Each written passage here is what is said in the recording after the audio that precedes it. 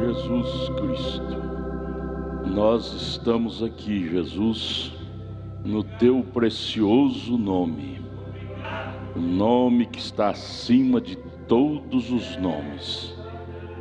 Abençoa-nos, Pai, no culto desta noite. Abra os nossos corações para ouvir a tua palavra. Ela é o nosso remédio, Pai. Tua palavra é o nosso remédio. Ó Pai, ajuda-nos a tomar esse remédio com toda disposição de alma, de espírito, de corpo, para sairmos daqui melhores do que entramos. Com o perdão de nossos pecados pedimos em nome de Jesus. Amém, amém, amém. Senhor Jesus, continue nos abençoando, irmãos. Bom é estar aqui e ver cada um de vocês, esforço que vocês fizeram para vir à igreja. Melhor lugar do mundo é vir à igreja, ouvir a palavra de Deus. Não existe um lugar melhor. E você está nisso. Vamos ficar de pé, vamos ler a Bíblia. Gênesis, capítulo 3. Livro de Gênesis. Gênesis, princípio, início da história. Gênesis fala de gene, início, princípio. Ora, a serpente era mais astuta que todas as animarias do campo que o Senhor Deus tinha feito. E esta disse à mulher: é assim que Deus disse: não comereis de toda a árvore do jardim? E disse a mulher à serpente: do fruto das árvores do jardim comeremos, mas do fruto da árvore que está no meio do jardim, disse Deus: não comereis dele, nem nele tocareis, para que não morrais. Então a serpente disse à mulher: certamente pode comer à vontade, não morrereis. Veja que coisa, né? Porque Deus sabe que no dia em que dele comerdes, se abrirão os vossos olhos, sereis como Deus, sabendo bem e o mal. Sabe? Deus está ciumando, não quer que vocês fiquem lúcidos igual ele, sabendo bem e o mal. Por isso que ele não quer que vocês comam. Pode comer à vontade. Verso 6. E vendo a mulher que aquela árvore era boa para se comer, e agradável aos olhos, e árvore desejável para dar entendimento, tomou do seu fruto e comeu, e deu também a seu marido, e ele comeu com ela. Então foram abertos os olhos de ambos, e conheceram que estavam nus. Cozeram folhas, cozeram quer dizer costuraram folhas de figueira e fizeram para si aventais, não vestes, mas aventais, tampando só parte do corpo. Deus não é assim. E ouviram a voz do Senhor Deus que passeava no jardim para a viração do dia. Escondeu-se Adão e sua mulher da presença do Senhor Deus entre as árvores do jardim. E chamou o Senhor Deus a Adão e disse-lhe: onde estás? E ele disse: ouvi a tua voz soar no jardim e temi, porque estava nu e escondi-me. Senhor, ajude a nós não correr de Deus em momento algum, em circunstância alguma, mas que possamos correr para Deus em qualquer circunstância e qualquer momento, porque só de ti procedes palavras de vida eterna. Ajuda-nos com o perdão de nossos pecados, em nome de Jesus, amém. Podeis assentar, irmãos. Nós vamos prosseguir o estudo desta linda e preciosa mensagem que estamos estudando todas as sextas-feiras. Conferências, estamos tendo uma conferência com Deus, cada culto é uma conferência. Página 18, parágrafo 129. Irmão João Batista chegou bem de viagem, né? Deus te abençoe. Estava revendo sua família. Deus te abençoe. Página 18, parágrafo 129. Agora, o reflexo. Deus refletindo-se em Cristo, no homem Cristo. Mas então, quando este homem estava perdido, o homem Adão, sua descendência, parágrafo 130. Hoje, quando ao homem é mostrado pela palavra que ele não deveria fazer estas coisas, certas coisas, não é, que faz, às vezes ele é leal a uma igreja, porém a igreja dele não corrige naquilo, não tem doutrina. Brana disse numa mensagem, estava estudando esse dia, não lembro mais, ele disse: igreja que não tem doutrina não pode ser chamada de igreja. Igreja é para doutrinar, ou seja, ensinar o que deve e o que não deve fazer. 131. Se houver qualquer dos meus amigos católicos aqui esta manhã, perdoe isto só por um momento. Minha parentela é toda católica também, vocês sabem, católica romana. Agora note, quando esse sacerdote veio a mim acerca de muitas grandes curas e disse: seus antepassados são católicos, por que é que o senhor não é católico? Eu disse: eu sou católico. Ele disse: oh, não posso crer nisto. Eu disse: sua igreja não ensina que esta Bíblia que Jesus Cristo estabeleceu, a primeira igreja católica, e que esses apóstolos eram católicos? Sua igreja não ensina isto? Que os apóstolos eram católicos? Porque a palavra católico quer dizer universal. Ele disse: sim. Eu disse: então eu creio exatamente no que eles escreveram, os apóstolos. 134. Ele disse: mas senhor Brana, disse, a igreja continua mudando. Que autoridade ela tem para mudar, hein? Ele deu a Pedro a autoridade para ter as chaves, e ele pode ligar, e a sucessão apostólica dos papas e assim por diante. Eles pegam a Bíblia para torcer a verdade. Isso está em São Mateus 16, quando Deus deu as chaves dos céus para Pedro, e disse: o que ligares na terra será ligado no céu, o que desligar na terra será desligado no céu. Eles tomam isso como uma autorização para a igreja mudar na Bíblia o que ela quer, o que ela pensa que pode ser mudado, tem que ser mudado. Não é assim, não. Nós ligamos aquilo que a Bíblia manda ligar, nós desligamos aquilo que a Bíblia manda desligar. Nenhuma igreja que diz ser igreja de Jesus tem essa autoridade de torcer, de aumentar ou diminuir coisas da Bíblia. 135, eu disse: eu tenho todos os seus escritos, ou a maioria deles ali, por exemplo, Fatos da Nossa Fé, um dos livros, né? E assim por diante. Mas eu disse: veja, se aqueles homens que escreveram essa Bíblia caminharam lado a lado com Jesus, dizem que eles eram católicos e que escreveram essa Bíblia, o senhor não acha que eles saberiam mais sobre a vontade de Deus e os mandamentos de Deus do que este grupo moderno saberia hoje? Esses grupos modernos de hoje têm direito de desfazer o que aqueles homens cheios do Espírito Santo fizeram?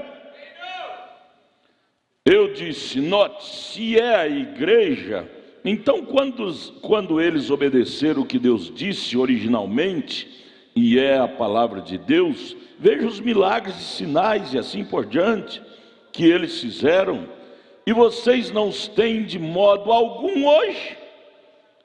É uma evidência de que Deus não está com vocês. Falando para um sacerdote católico romano. Eles disseram, os escritores da Bíblia disseram, que estes sinais seguirão aos que crerem. Marcos 16. Aí o irmão Brando diz: cadê estes sinais na sua igreja, senhor reverendo padre? Aí ele disse: senhor Brando, não devemos discutir. Já pensou que o irmão Brando estava discutindo com ele? O irmão Brando estava chamando ele para lembrar da Bíblia. As pessoas, quando perdem a estribeira, parte para a ignorância. Diz: você está discutindo, você está me rechaçando. Não, estou te chamando a atenção para lembrar da Bíblia. 136, eu disse: senhor, eu não discutiria com ninguém, só estou lhe perguntando uma coisa. Então eu citei o concílio de Nicéia e assim por diante. Ele disse: não devemos discutir. Ele disse: o senhor está tentando falar de uma Bíblia, de uma palavra.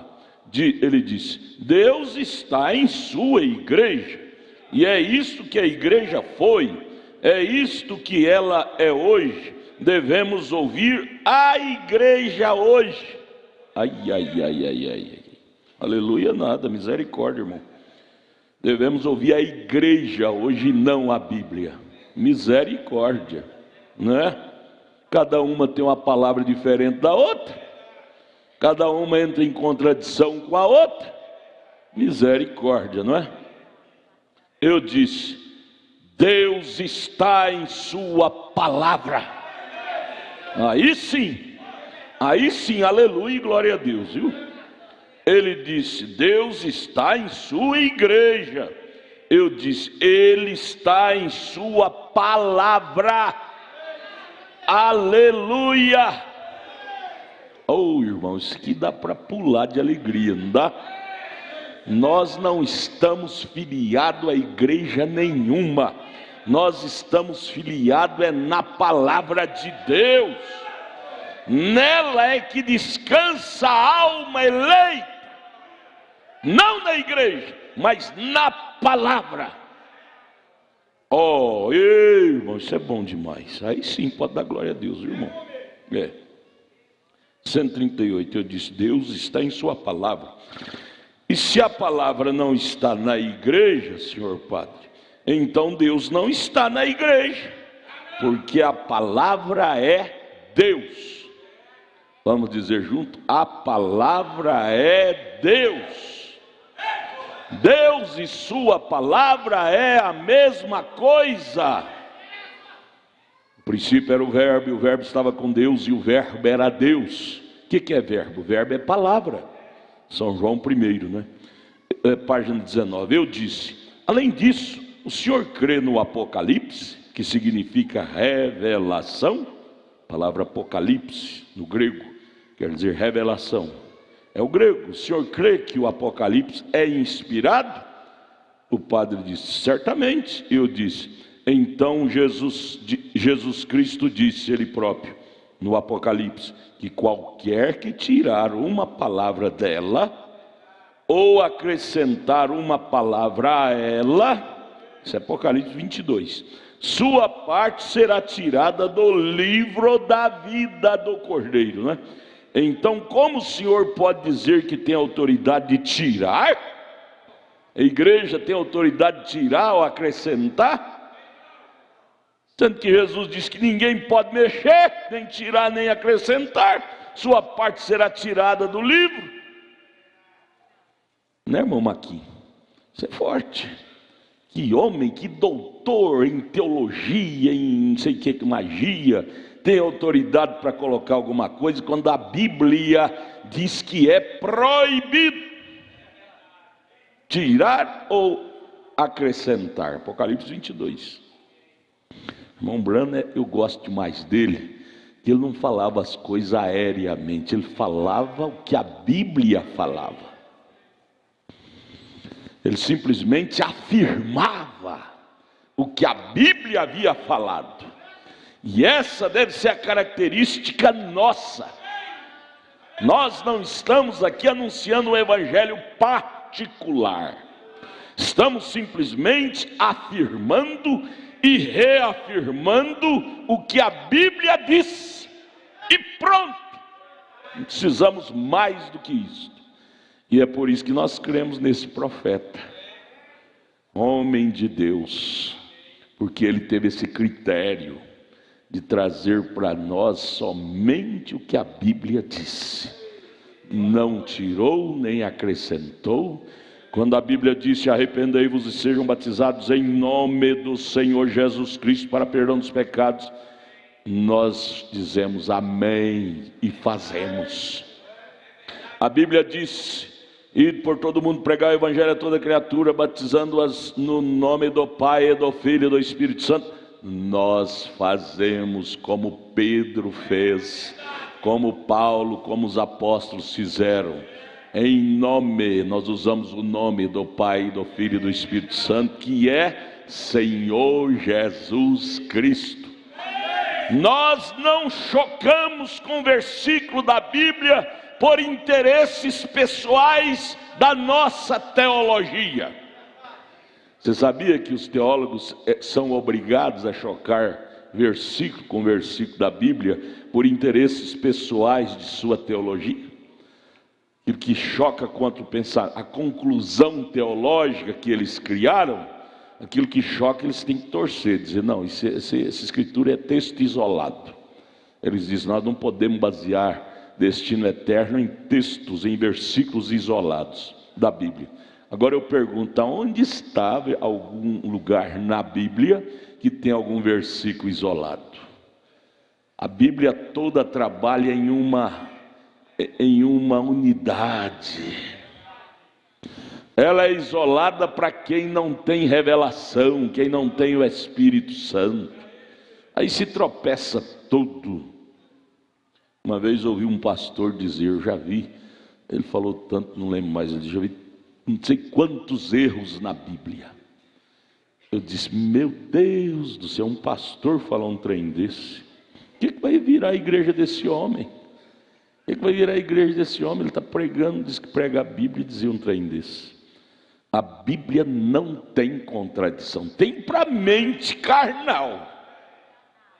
Para a mente carnal, Mateus 28, 19, choca com Atos 2,38, mas para a mente espiritual, é resposta, é cumprimento.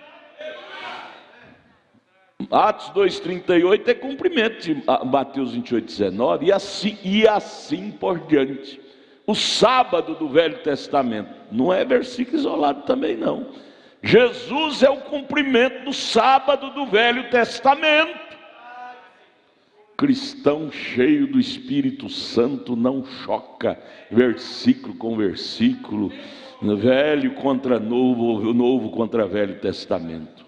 O Espírito Santo nos leva a harmonizar. Oh, como é bom deixar o Espírito Santo nos guiar. É bom, amados. E agora ele disse, no parágrafo 139, então Jesus Cristo disse, ele próprio, no Apocalipse 22, que qualquer que tirar uma palavra dela, ou acrescentar uma, foi o que a serpente fez lá, não é? Deus disse não, e a serpente disse sim, né? Trocou as colocações. Você tem que ter muito cuidado em não trocar as colocações que Deus colocou. Deus colocou certinho como deveria estar. Nenhum ser humano tem autoridade para mudar nada. Sua parte será tirada do livro da vida. Então, como o profeta dizendo para o sacerdote, Como o senhor pode dizer que tem autoridade de tirar, pôr ou fazer o que quiser, quando está proibido de fazê-lo pelo fundador da igreja cristã, Jesus Cristo? Quem é o fundador da igreja cristã? Quem é o fundador da igreja cristã? A igreja. Jesus Cristo é o fundador da igreja. Efésios capítulo 2, verso 20. O Senhor não pode fazer isto, o profeta repreendendo o sacerdote. Está vendo? Parágrafo 140 agora. Oh, a hora, o tremendo tempo em que estamos vivendo, e quando aos homens se fala do seu erro, ao invés de tentar voltar e dizer: Pai, estou errado, perdoa-me, eles ainda se escondem atrás de folhas de figueira. Fica escondendo, dizendo, como Adão, não é? Como Adão, escondendo de Deus seu pecado, seu erro, escondendo, dizendo: foi o sacerdote que falou, foi o teólogo. Interessa quem falou, errado está errado, certo é certo. Folhas de figueira foram o que eles cozeram, eles mesmos.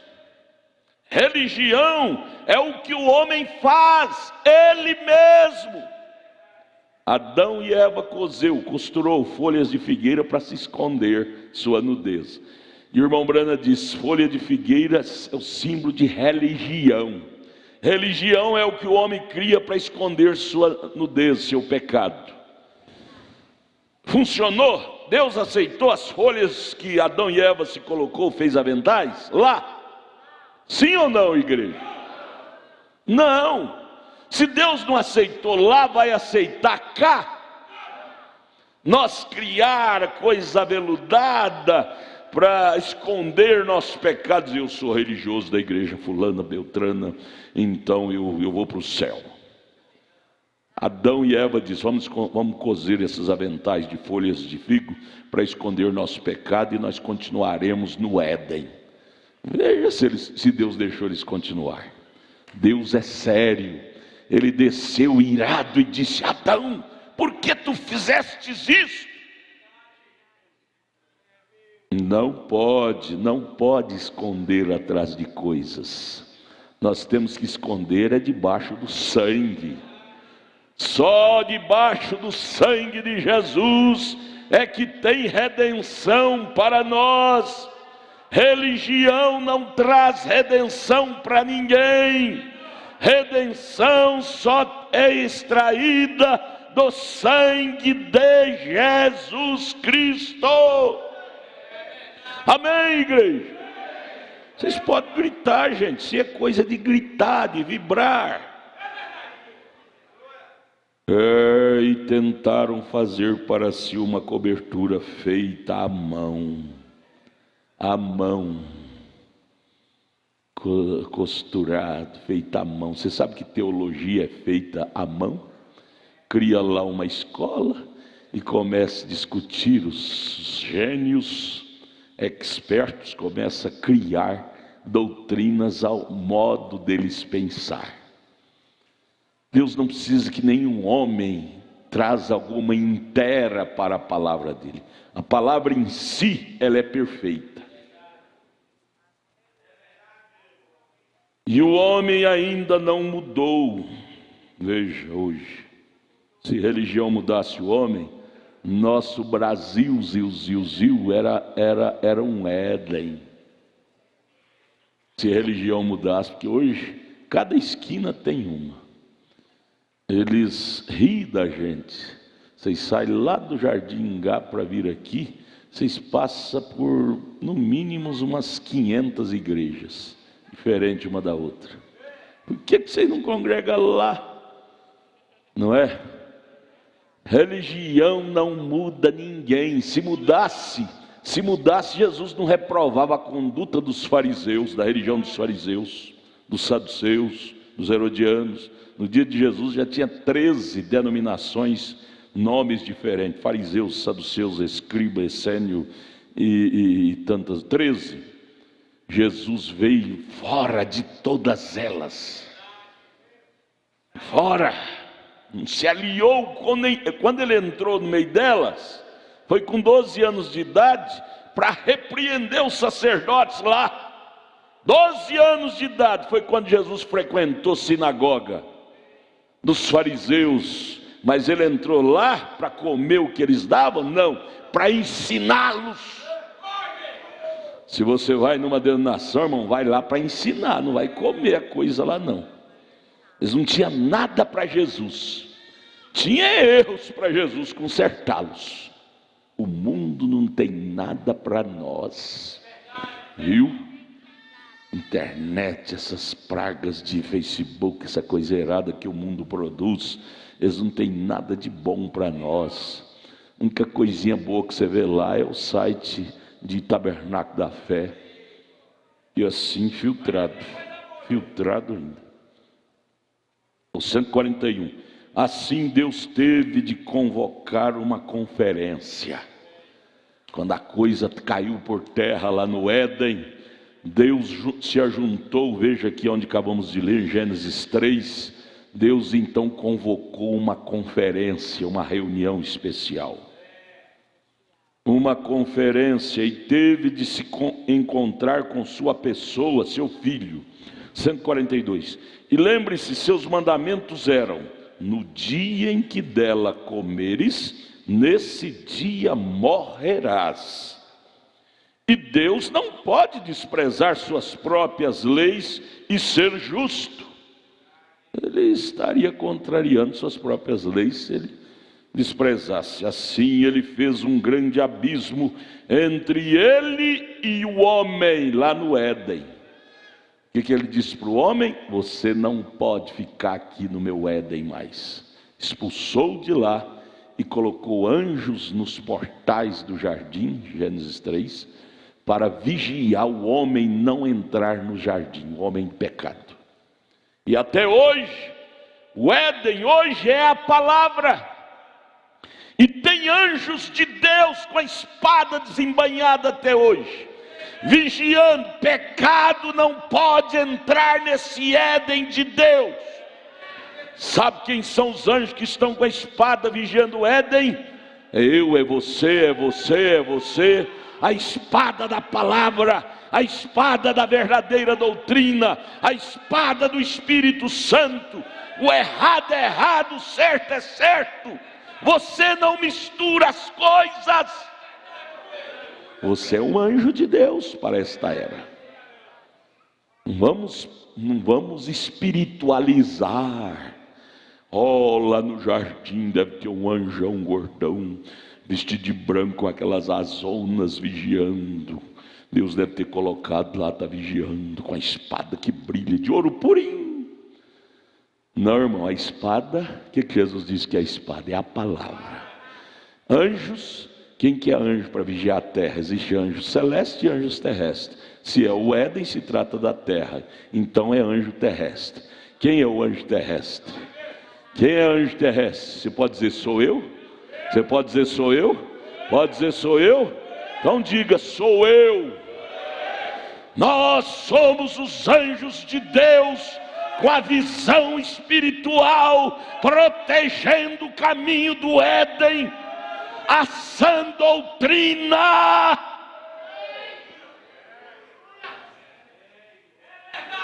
É por isso, irmão, amado irmã, que mesmo você, quando erra, o anjo, o Espírito do Senhor, que é o anjo vigiador, ele te condena, diz: você errou. O anjo, que é o Espírito Santo que mora em nós, vigia até nós quando erramos. Ele pega a espada e diz: você conserta, você será exterminado do jardim. E aí você põe de joelho com lágrima e diz: Deus, perdoa, me perdoa. Sabe por que Adão não pôde permanecer no jardim? Porque ao invés dele pedir perdão, ele foi esconder. Em vez de pedir perdão e correr ao pé da cruz e dizer: Deus, eu pequei, eu transgredi, me perdoa, me perdoa, me perdoa. Sabe por que o ladrão da direita foi salvo e não foi para o inferno? Porque ele pediu perdão. lembra-te de mim. O arrependimento, irmãos, barra a ira de Deus contra nós. Irmão Brana fala isto na mensagem: Deus não chama o homem para juízo sem antes advertir. Ele diz: só há uma coisa para barrar a ira de Deus contra nós, é arrependimento. Adão não fez isto.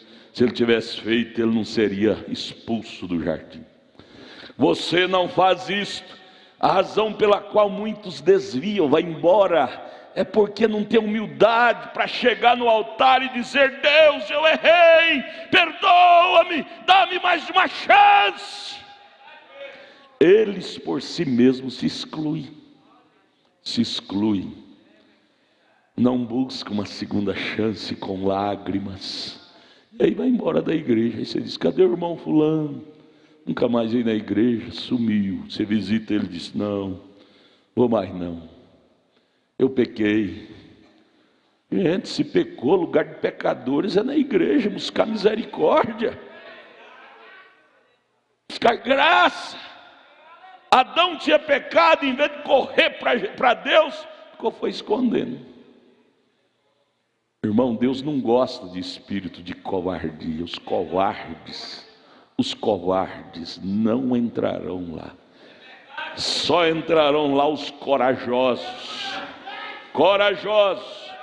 Você teve coragem para pecar? Então tenha coragem para pedir perdão, para encarar a realidade. Errei, Deus.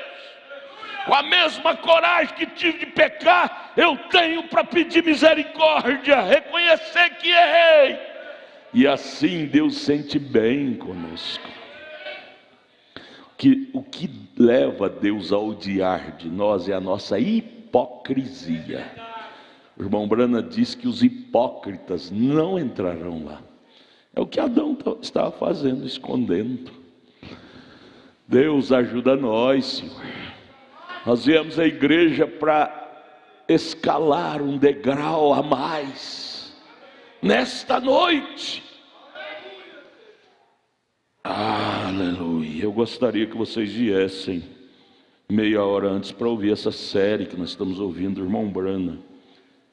Estamos agora na invasão dos Estados Unidos. Eu ando na esteira de manhã ouvindo no headphone esta mensagem. Meu Deus, ela mexe com a gente. Você poderia ouvir ela pelo menos umas 2 vezes por mês. Invasão. Ouça na voz do irmão Brana, vocês têm aí a fita. Ajuda muito. Mas aonde eu parei, irmão? 143. Agora é o 143, né? Ele queria redimir seu filho. Deus, né? Ele não queria que eles seguissem daquele jeito.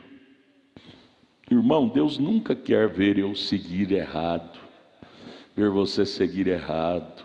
Deus nos quer ver bem. Deus nos quer ver bem. De modo que teve de redimi-lo. Deste modo eles convocaram uma conferência. E foi a primeira conferência em que Deus se encontrou com o homem. Foi a conferência do Éden, quando o homem caiu. 144.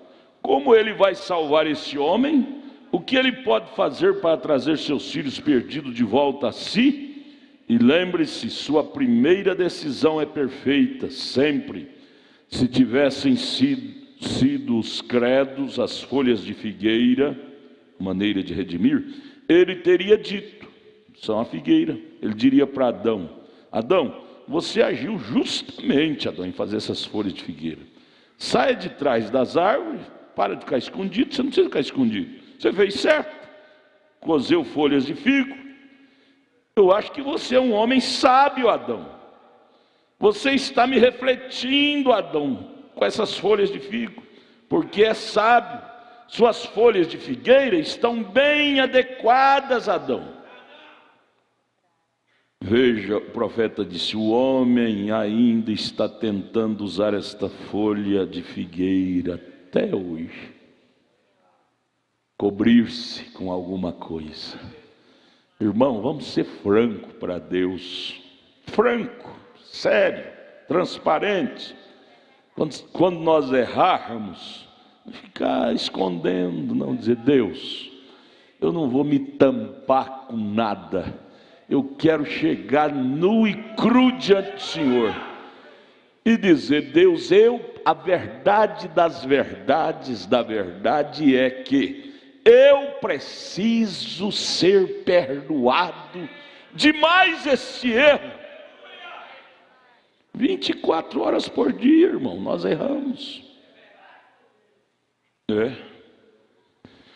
Vamos tentar fazer coisinha, porque nós ficamos igual o Joãozinho, né? O Joãozinho da escola. Sempre na escola, na sala de aula, tem um Joãozinho. A professora diz: quem quebrou essa cadeira? O Joãozinho é o primeiro que responde: fui eu não, professora, fui eu não. Sempre aponta outro. Quem fez esse erro? O Joãozinho já quer tirar o corpinho fora, ele é o primeiro que responde: foi eu não, professora, foi eu não. Nós tornamos Joãozinho diante de Deus. Foi o que Adão fez. Senhor, não foi eu não, foi essa mulher que o Senhor me deu. Chegou para a mulher, ela disse: não, Senhor, foi eu não, foi essa serpente aí. Olha, gente, quando não quer, dois não briga. Lá onde eu parei, irmão, me ajuda aí. 145. Se tivesse... 146? Isso. Mas Deus tomou uma decisão. E a decisão foi que algo tinha de morrer, porque isto falava dele, que viria 4.000 anos depois, de sua santidade e justiça, para com a sua própria lei. A lei dele é: no dia que pecar, nesse dia morrereis. Alguém tinha que morrer. No dia em que dela comerdes, morrerás. E teve de haver um substituto com sentimento.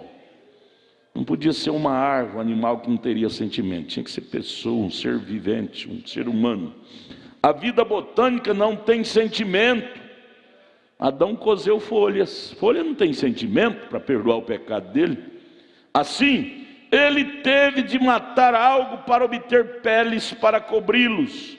E esta foi a decisão de Deus, de como salvar o homem, para trazer o homem de volta à comunhão com ele no Éden, e para sempre permaneceu assim. Ninguém, página 20, não sei quantas vezes tentaram instruir o homem, tentaram dizer-lhe que um programa educacional fará isto. Quantas vezes igrejas tentaram isto, falhou todas as vezes, e falhará. Tentamos organizar, cada indivíduo tem. Agora, não sou contra instrução, nem sou contra organização, mas a organização e os programas educacionais e todos os outros que temos feito pelo homem são folhas de figueira, não tem resolvido nada. Gente, isso é fato, isso é história, isso é fato, ninguém pode dizer que não. 148, e é de volta à decisão original de Deus naquela primeira conferência. Éden, de volta ao sangue. Se lá no Éden a única coisa que resolveu foi derramar sangue para amenizar a ira de Deus, aqui seria diferente? Ele é o mesmo ontem, lá no Éden, hoje e eternamente. Aquela decisão sempre permanece a mesma. Para amenizar a ira de Deus, teve que alguém morrer, um animal morreu. Agora hoje, alguém morreu, Cristo morreu. Então a decisão de Deus para amenizar a fúria de Deus é sangue, não é interpretação, não é filosofia, não é teologia, é sangue.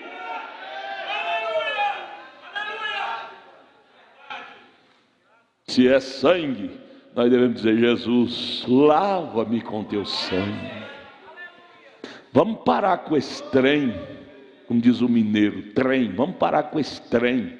Quando sentirmos culpados, corremos para outra igreja, outra igreja, outra igreja.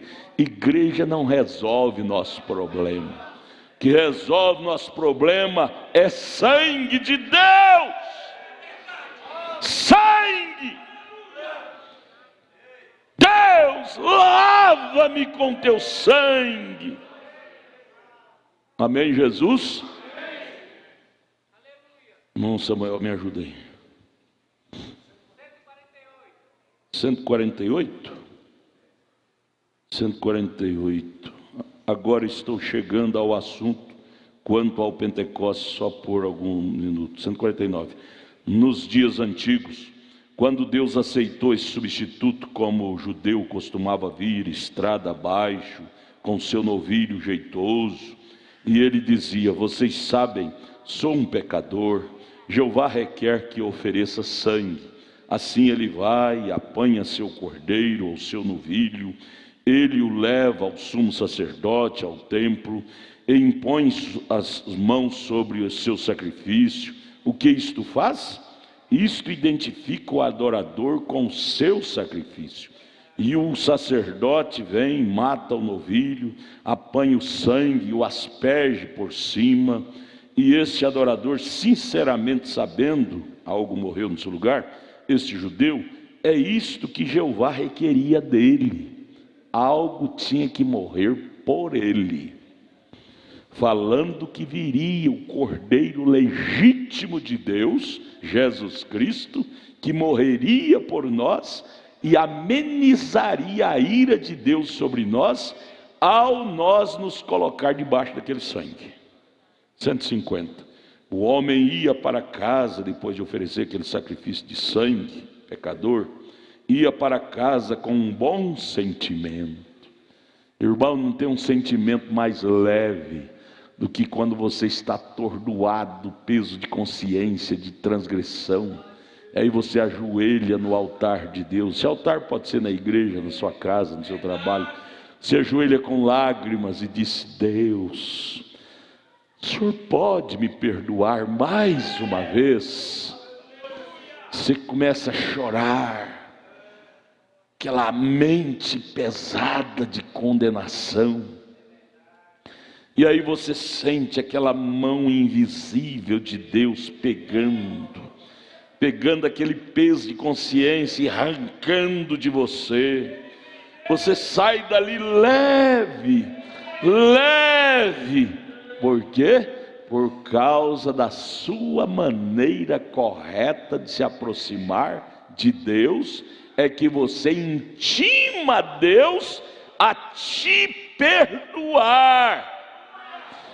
Tem uma maneira correta para o homem se aproximar de Deus para ser abençoado, e esta é o sangue de Deus. Ele se identificava ao impor as mãos sobre ele, o sacrifício. Esse devia ser eu, era você. E então, quando cortavam sua garganta, a garganta do animal, ele morrendo e balindo e fazendo assim, e o animalzinho estremecendo e se aquietando, e o adorador permanecia ali e dizia: ó Jeová, tu aceitaste isto ao invés de mim. Era para mim morrer, mas esse animalzinho morreu em meu lugar. Estou envergonhado de mim mesmo. E o homem ia para casa justificado. Alguém morreu no lugar dele, porque tinha feito exatamente o que Jeová requeria. Aquilo estava ótimo para Deus. Irmão, pelo menos isto. Vamos lutar para fazer aquilo que Jeová requer, aquilo que o Deus da Bíblia, Jesus Cristo, requer. Fica ótimo aos olhos dele. É uma chance de sermos ajudados. 151. Mas com o tempo, aquela maneira do homem vir ao altar, sinceridade, orar, com o tempo, nós temos que ter cuidado com isso, irmãos. Nós temos que ter muito cuidado com isso. Eu achei tremendo esses dias lá em Goiânia. O pastor Joaquim pegou o conjunto, estava tudo uniformizado, bonitinho. Pegou e disse: ó, tira esse uniforme, vamos voltar ao que era antes. Ser simples, sem nenhuma coisa aparente. E se você não tiver cuidado, a gente, todo ser humano é perigoso, envaidecer. Às vezes a gente tem que voltar ao que era antes.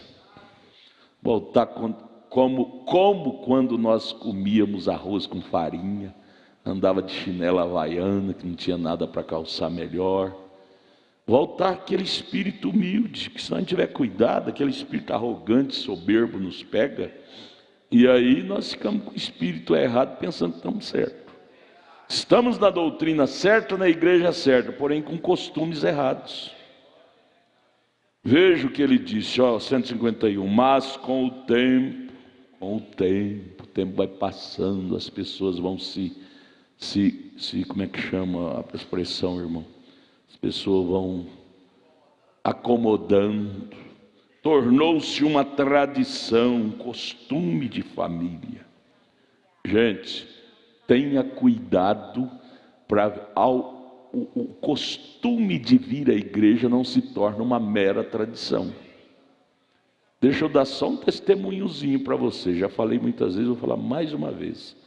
Faz 46 anos que eu sou batizado.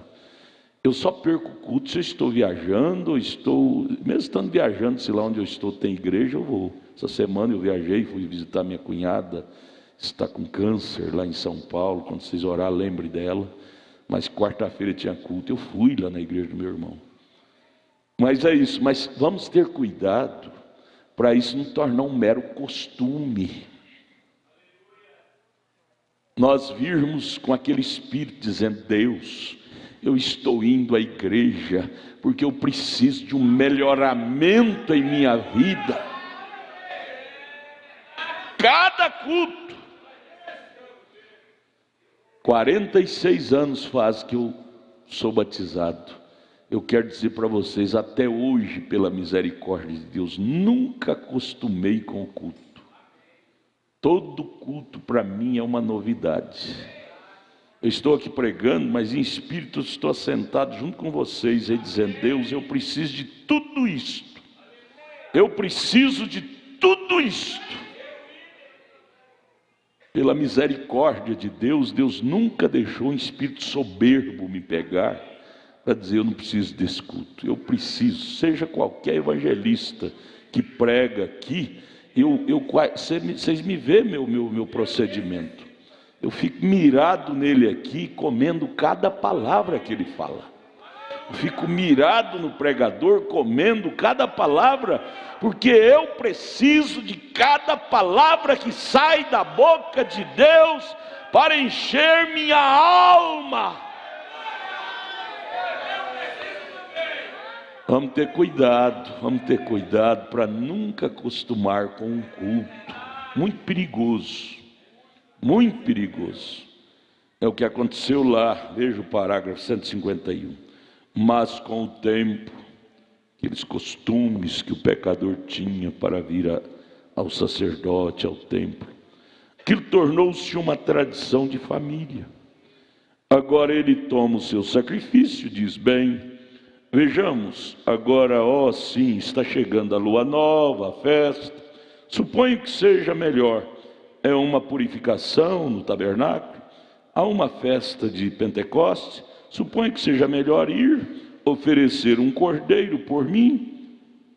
Ele vai lá e o mata sem nada de sentimentos e coisa. Vai lá, pega o animal, leva ao sacerdote, sacrifica, sem nenhum pingo de sentimento daquilo que ele está fazendo. Irmão, Deus não nos condena pelos nossos pecados sem intenção. Como é que fala? Um pecado se comete sem intenção, involuntário. Deus nos condena pela nossa maneira errada de fazer, sem sentimento.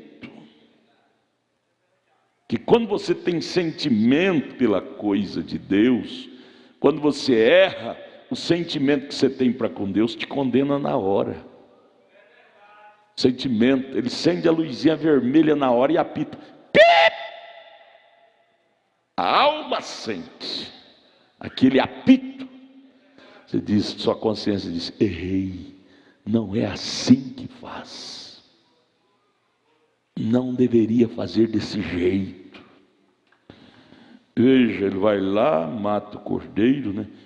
Sem nada de sentimento, vem ao culto e volta mais vazio do que estava, porque vem sem um pingo de sentimento. Você tem que vir ao culto, irmão. Isso, vir ao culto é como o pecador ia ao altar, ia ao sacerdote, ia ao templo oferecer seu sacrifício. Você tem que vir com sentimento de quê? Sentimento de culpa. Porque, irmão, não tem ninguém de nós que pode levantar o dedo em nenhum momento do dia e dizer que nós não temos erros. Então, cada vez que viemos orar no altar, viemos no culto, devemos vir com sentimento de culpa. De culpa. Por que Jesus reprovou o fariseu e não reprovou o publicano? Porque o publicano ele veio com sentimento, e o fariseu veio foi com um argumento. Eu sou bom, eu não tenho pecado. Os publicanos não, o publicano veio com sentimento de culpa. Senhor, tem misericórdia de mim, pecador que sou. Ele veio com sentimento. O que Jesus disse? O publicano saiu justificado, o fariseu saiu condenado, porque o fariseu não tinha sentimento. Ô irmão, isso aqui dá para a gente pôr a cara no chão e chorar um pouco, e dizer: Deus, me dê mais sentimento, para com Deus, para com a sua palavra, para com a vida.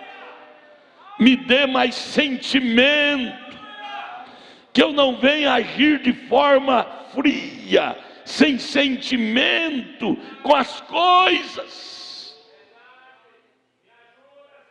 irresponsável. Maquim, a coisa é séria, Maquim. Ser crente é diferente de ser denominacional.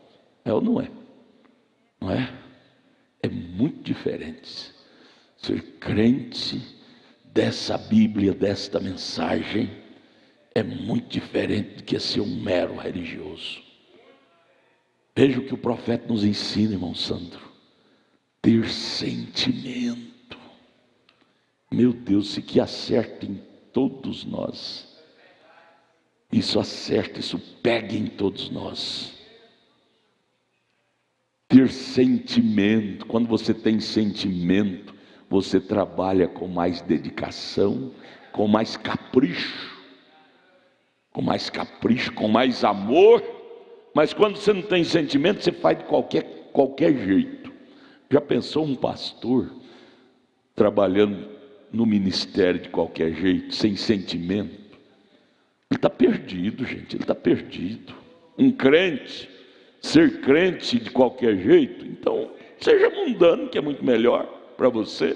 Pelo menos você aproveita os prazeres da carne. Deus não aceitava oferenda, sacrifícios sem sentimento. Esse é o parágrafo 151, gente. Isso que deve ser grifado, riscado. E depois chega em casa, a gente lê de novo. Você deixa essa mensagem aberta num cantinho e ajoelha com ela aberta assim, ó. Deus, eu preciso disso aqui. Eu preciso de ter mais sentimento. Volta com a mesma ideia que tinha ao ir ali, que vai sem sentimento. Vai sem sentimento e volta com a mesma ideia, com o mesmo pecado. Sentimento pelo que é correto. Não é aquele sentimento de depressiva. Direto sentimento. Se torna vítima. Ela é a vítima da casa. Todo mundo está errado, só ela que está certa. Isso é demoníaco, isso é diabólico, isso é doença. Sentimento nos leva a ter amor pelos errados. Esse sentimento que fica apedrejando um ao outro, isso não é de Deus também não. Amar o que é correto e amar ver as pessoas no que é correto, orando por elas, ensinando-as com amor, não com pedrada, mas com amor. Isso é sentimento que eu quero, que nós precisamos. Eu preciso. Eu vou voltar para casa nesta noite, irmãos, com esse tipo de oração. Deus, eu quero mais sentimento para me aplicar o meu cristianismo com mais seriedade. Onde não há sentimento, não há seriedade. Vamos, irmão Samuel, vamos encerrar. Amanhã, às 18 horas, Taguatinga, domingo de manhã aqui. Traga a mensagem domingo de manhã. Perguntas e respostas sobre Gênesis. Deus os abençoe. Vamos ficar de pé. Senhor nosso Deus e eterno Pai celestial, como nós te agradecemos, ó Deus, por estas palavras que nós ouvimos, ó Deus. Isto tem nos mudado, Pai, e nós te pedimos nesta hora, Senhor, que nunca, Senhor, nunca nos deixa vir neste lugar, Pai, para voltarmos às mesmas pessoas, Senhor. Ó Deus, mas que ao fazer este sacrifício, Pai, nossas vidas possam ser mudadas, nossas vidas possam ser transformadas, Pai, que possamos fazer com sentimento em nossa alma, em nosso coração, ó Deus, sabendo que o Senhor é capaz de nos ouvir e mudar as nossas vidas, mudar as nossas maneiras, Pai, se nós nos rendemos a Ti, se nós nos entregarmos ao Senhor, Pai. Ó Deus, leva-nos de volta para os nossos lares, pensando nestas palavras, pensando neste culto, ó Deus, que este culto, ó Deus, seja vivificado até o próximo culto, ó Pai. No nome do Senhor Jesus Cristo, nós te agradecemos. Amém, Jesus, amém.